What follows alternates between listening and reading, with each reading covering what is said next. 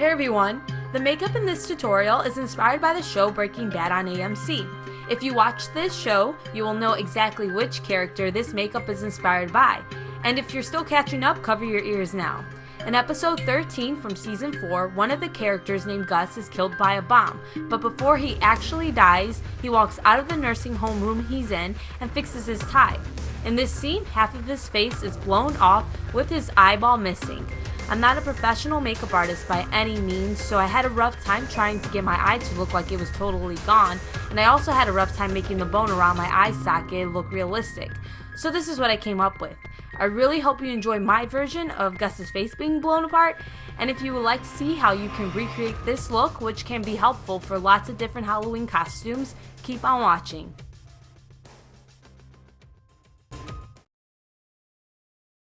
The first thing you want to do is trace an area on the side of your mouth that looks like it was blown out, and then trace around your eye socket.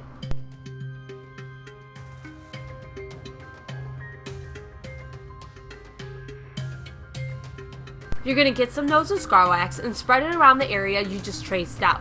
This is going to do two things. It's going to give texture to the inside of your mouth, as well as help the wax we're going to use as the lip adhere better.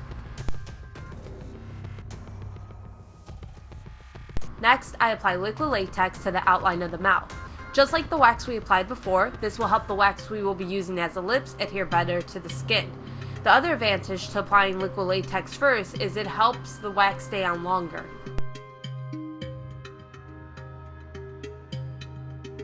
Now you're going to go back with wax and apply it to the outline of the mouth. You can roll it into little pieces, then apply that over the outline and use something to blend the wax into the skin. I use the end of a Q-tip and my fingers. You can pretty much use anything you like. Nose and scar wax is meant to look like skin. You can buy it in a color similar to your skin color, and you can always apply foundation over it to get a better match. I use a little bit of the wax to create some gums, and then I go back with the liquid latex and apply it over the edges of the wax to help it blend in more smoothly and also to help the wax adhere better to the skin. For the teeth, I used fake nails and cut them into little tooth shapes.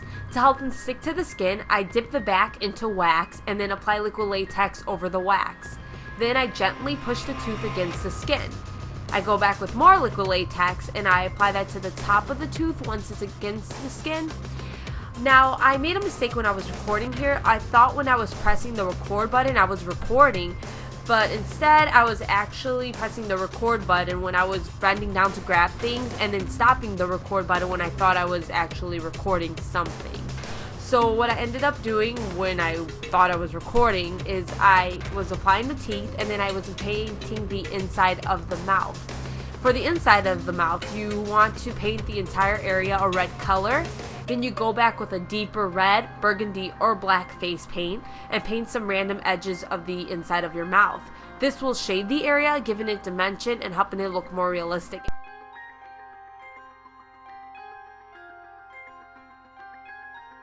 You might end up getting some face paint on the teeth. You can always wash it off with a Q-tip, tissue, whatever you like. Now it's time to apply blood. I'm using this fake blood that comes in a tube from Bloody Mary Cosmetics. It's not like the vampire liquid blood where you apply it and it's dripping everywhere. With this blood, wherever you apply it, it will stay and not budge. And it's not quite like thick blood. It's on the liquidy side, except it stays put like I said. After I've got that blood, I apply a thick blood, especially to the outer edges of the mouth. I think thick blood is a must for gory Halloween looks. It's so much better than using the cheap liquid blood you can pretty much buy anywhere around Halloween time because it just looks realistic and it stays put, just like the other blood I used before this. It stays in place, and I think that's so important when you're doing these gory looks. When you apply that liquid blood, it just ends up dripping out and eventually it looks like fruit punch. To achieve the burned skin, I use gelatin you can buy at a grocery store. For every teaspoon of gelatin, you're going to mix 1 teaspoon of hot water and 1/4 of a teaspoon of glycerin. The glycerin will help the gelatin not dry up as fast. When it does dry up on you, which it will, You just throw it in the microwave for a few seconds. Usually I do 4 or 5 seconds. You don't want the gelatin to boil at all. You can use whatever you like to apply and blend it in. Lots of people use popsicle sticks. I just use the end of a spoon. Make sure it's not too hot before you apply the gelatin to your face because you'll end up really burning yourself. And then the nice thing about gelatin is that it comes right off with warm water. You can apply it to your hair, clothes, whatever, it will come off. Now paint the skin using a red face paint. Then use a darker red to define some parts of the skin, especially in the areas of the gelatin that appear to look like holes.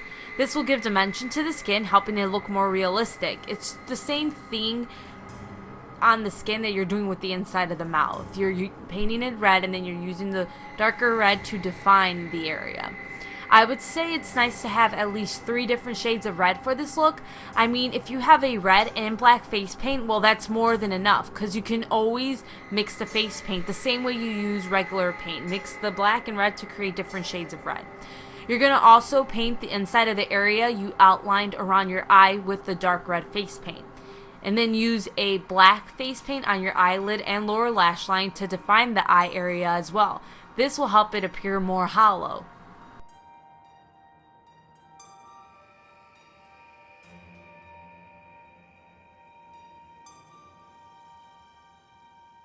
To paint the eyes, I used a white and yellowish face paint to paint the bones around my eye, but it looked way too unrealistic. Once I realized that, I decided to use liquid latex and more gelatin around the eye, covering up the fake looking bone. I know they carry a type of makeup wax that's called bone wax. It probably would have been useful for this look, but I didn't have it, so I decided to compromise. It's up to you, but if you want to really go for a true Gus look, you can always go buy bone wax.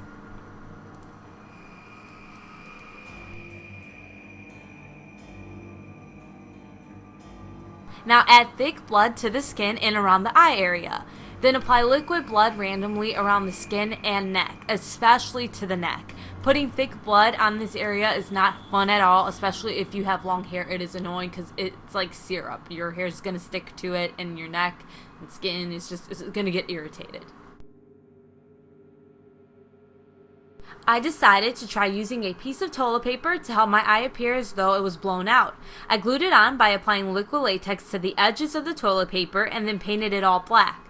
It did help a bit, but it got really annoying quickly, so I suggest going to a costume or Halloween store and buying those prosthetics that make it look like your eye is blown out. They're made with a little black netting.